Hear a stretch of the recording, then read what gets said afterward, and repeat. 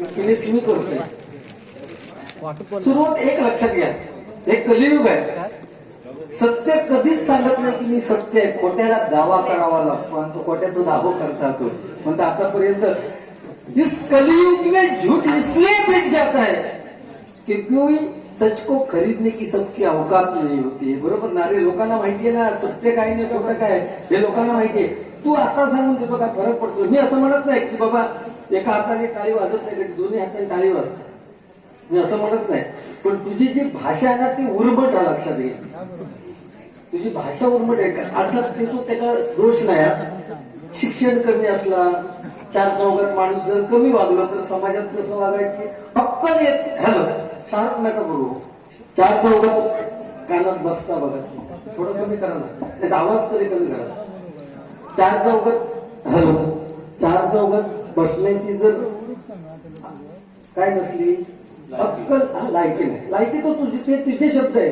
लायकी बिकी तुझे शब्द. आपण जेव्हा चार चौघात वागत नाही ना, एकल कोंड माणूस असताना त्याला काय बोलायचं समोरच्या माणसं काय समजत नाही. अरे इथे ठिकाणदाराची सत्यनारायणाची पूजा सालाबादिक आहे, तू सुरुवातीत सांगतो शपथ घे. कशी शपथ घेत? आणि शपथ कोण घेत का? कशासाठी घ्यायची? अरे धर्मासारखं धर्म तो सुद्धा खोटा बोललो ना. आणि ज्या दिवशी पहिला वाक्य खोटं बोललो त्या दिवशी महाभारताच्या युद्धामध्ये धर्माचं रथ ना जमिनीपासून 4 इंच वरती चालायचो ना. खोटा बोललो ना रथ धाडकन जमिनीत चिकटलो. लक्षात घ्या. कारण ते महाभारताच्या युद्धामध्ये ज्यावेळेस विश्वामित्र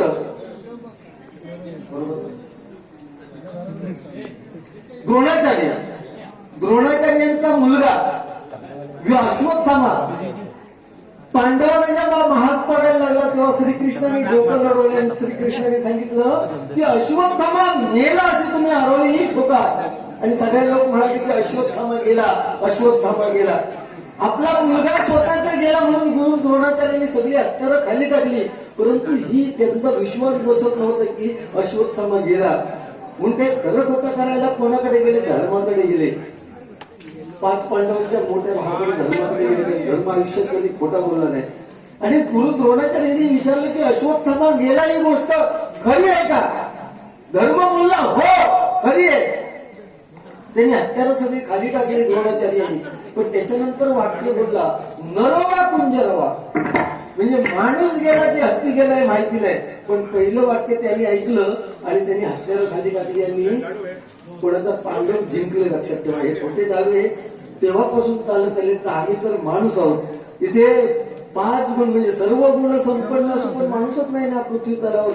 अरे भूतलावर जेवढी निष्पन्न केलीत ना परमेश्वराने त्याच्यामध्ये कोकिलेचा आवाज सगळ्यात गोड आहे. पण तिका परमेश्वराने काय केलंय? आवाज गोड दिलाय पण तिका काळी केलेली आहे. लक्षात घ्या. तसं एका आवाज गोड दिलो पण त्याने चिडखोर केलो. या सृष्टीमध्ये भजन सृष्टीतला सगळ्यात चिडखोर बुवा कोणाचा तर ह्यो. अरे एक तुझा आवाज चांगला ना, 4 जण गाणी जास्त म्हण. जसं ऑर्केस्ट्रा करतो तसं आज कर ना ऑर्केस्ट्रा.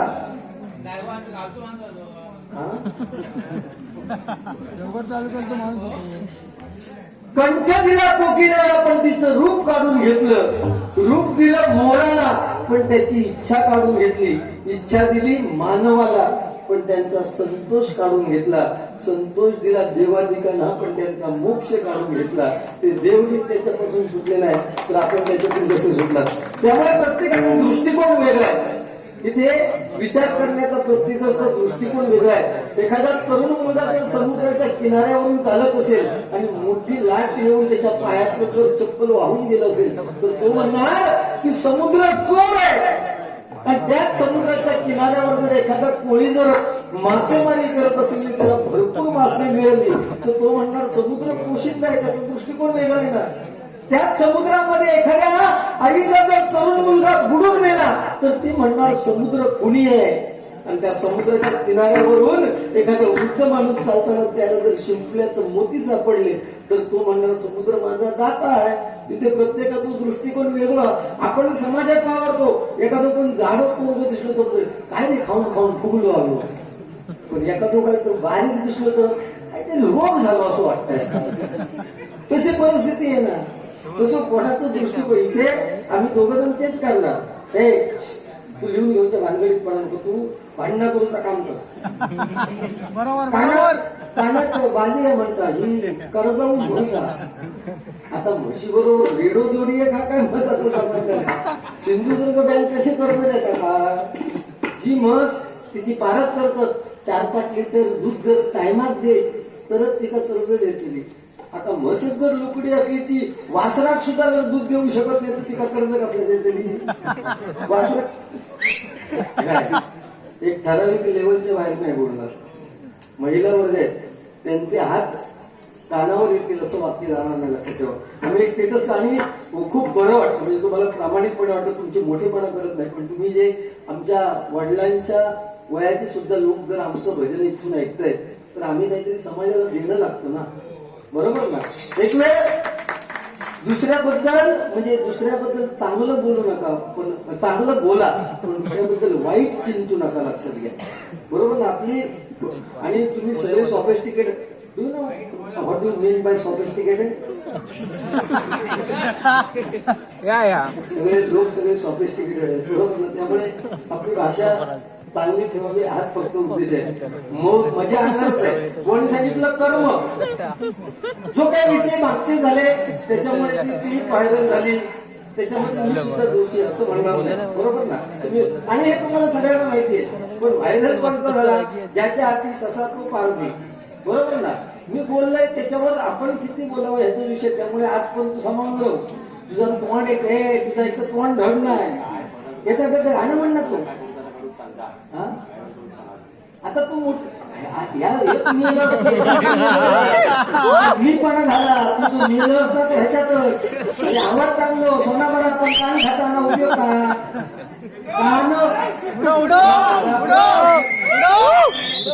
म्हणजे मी नाही सो करून टाकी. देवगडकरांचं ना म्हणून थोडीशी इज्जत ठेवची लागतं. तुमच्या देवगडचं नाव त्यांनी अजरामर केलेलं आहे, हे पण आपण विसरून चालणार नाही. त्यामुळे बरोबर ना लेवल. हो करायची काय ती ताकद आहे माहिती आहे.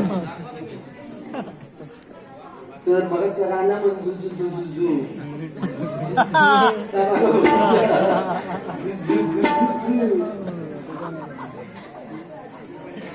शायनिंग नाही आपल्याला चालू. मी कानात ज्याला फॅशन आवडते 21व्या शतकाकडे वाटचाल करतो, त्या दृष्टीने प्रत्येकाने जे चांगलं दिसावं ते करावं. आम्ही शालवेल घालून गेलो, शाल घालायची आणि तोंडावाटी गरळ होतायची. ह्या आपल्याला अर्थ नाही. अरे भगवं घातलं तर त्या भगव्याची शान राखली पाहिजे. भगव्याचा अर्थ तुम्ही काय? तू माका शक्ती योग सांगतो सरस्वतीचे. भगव्याचा अर्थ काय?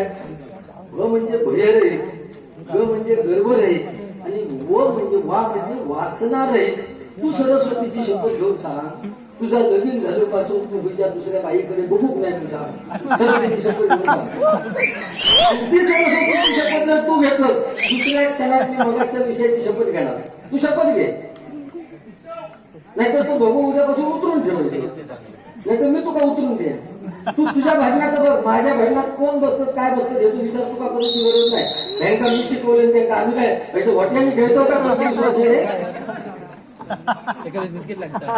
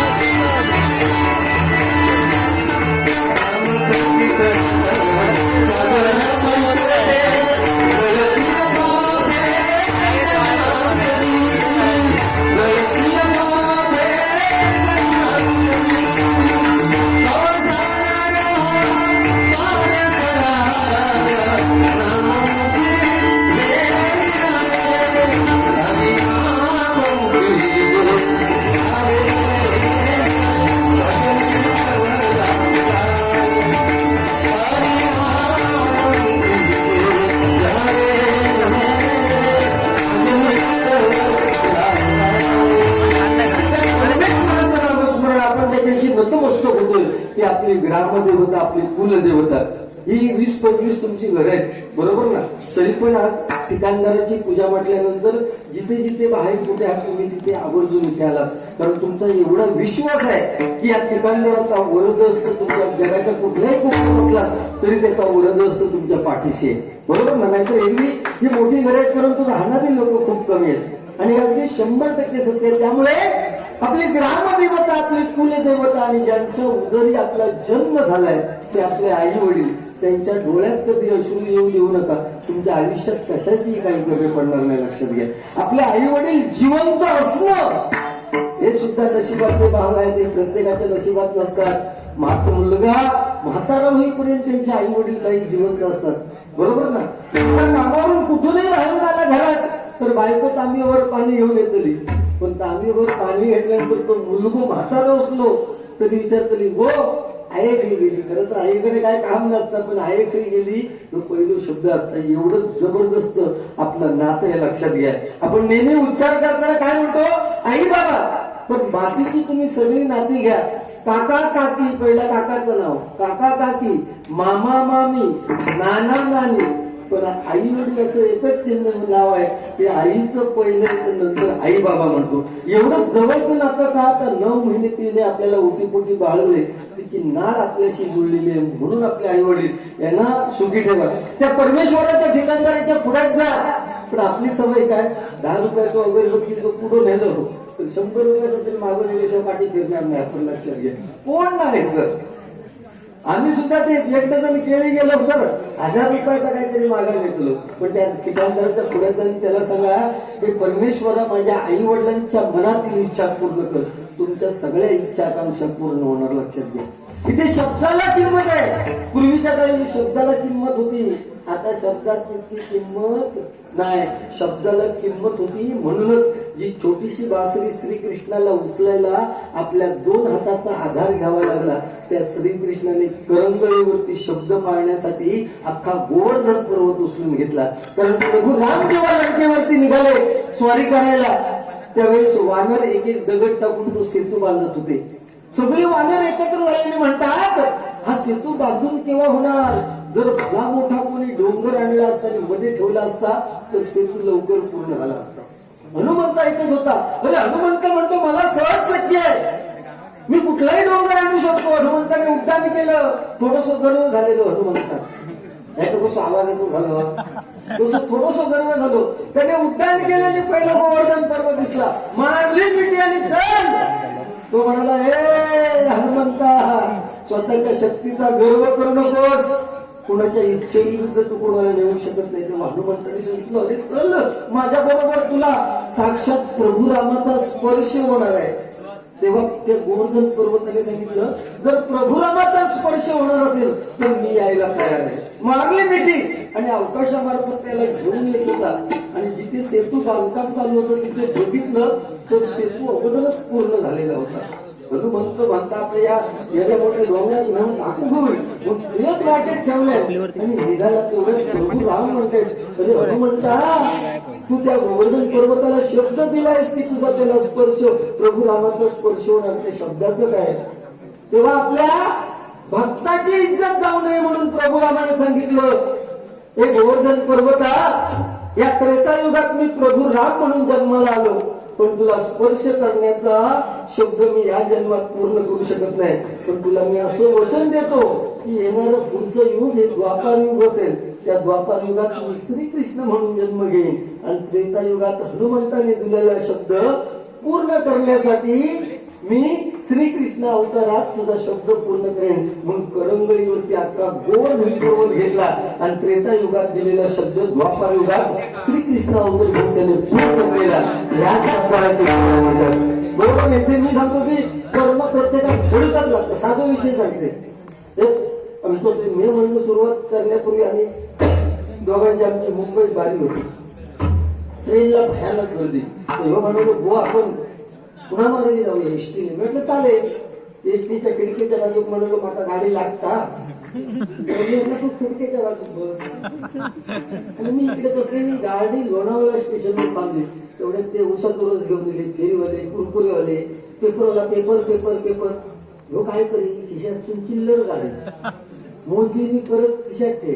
म्हटलं काय भानगड आहे का नेमकं भयात मी का विचारून टाकत डोक्यात विचार सत्य का माझा म्हणा तुका काय करू का म्हणून 2-3 पावती खिशात ठेवले आणि कंडक्टरने बेल मारल्याने एसटी निघाली. तेवढ्यात खिडकीतून हात भरले बाहेर काढले. मी पेपरला हात मारले पेपरला बघा पेपर दे. तो बिचारोला धावत पडत पेपरवाला गेलो पेपरला त्याच्या अंगावर पेपर फेकले त्यांना ते मुठीत त्याच्या पैसे दिले. तो गेलो मी पेपर वाचतो. मी म्हटला रे थोडा वेळ एसटी पुढे गेलो. म्हटलं रे संदीप असा काय करतो त्या पेपरवाला मग अशी ढुकून गेलो तेव्हा तू घ्यायचो ना पेपर त्या का बिचाऱ्या ह्याचा धावत लावलं. तुझीला अक्कल चालता म्हणता ते मगाशी चिल्लर मोजी होते ना त्याच्यातला 2 रुपयाचा नाना पटा होता का दिले ढकलून म्हणजे काय डोक्याचं नाही बघा 2 रुपयाचा नाना ढकलून दिले. मी म्हटलं काय सांगणार याला 2 रुपयाचा स्कोप दिले म्हटलं म्हणजे विषय सोडून दिले. पेपर वाचूक सुरुवात केल्याने गाडी 2 किलोमीटर पुढे गेली आणि ह्यो पेपर वाचता वाचता हसाक सुरुवात केली. मी म्हटलं रे पेपरात हसण्यासारखे काय नाही रे म्हणता गुंडू तू सांगतोस का करा कर्म हेच करू आणि हेच फेडूचा. त्या मेल्यात मी 2 रुपयाचं नाना पटा दिलंय त्या मेल्यात पेपर माझा कालचो दिलाय.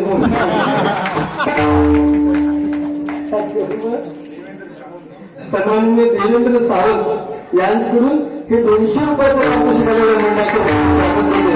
आपण रुपयावर घेतो. कुणाशी निगडीत आहे प्रत्येक भेटला तेच विषय असतात.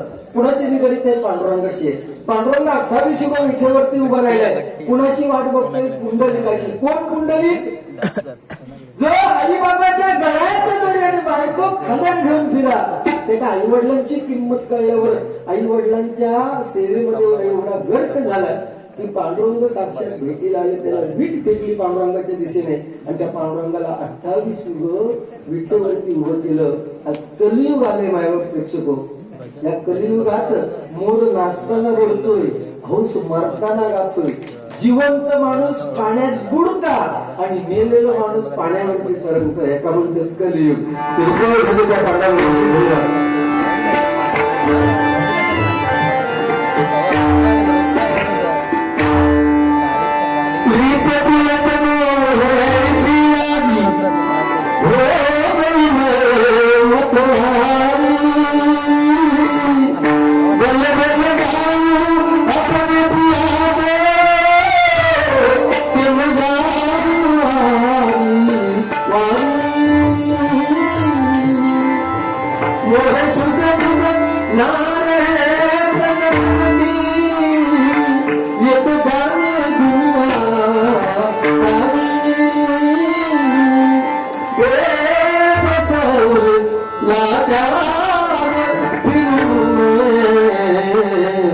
हरी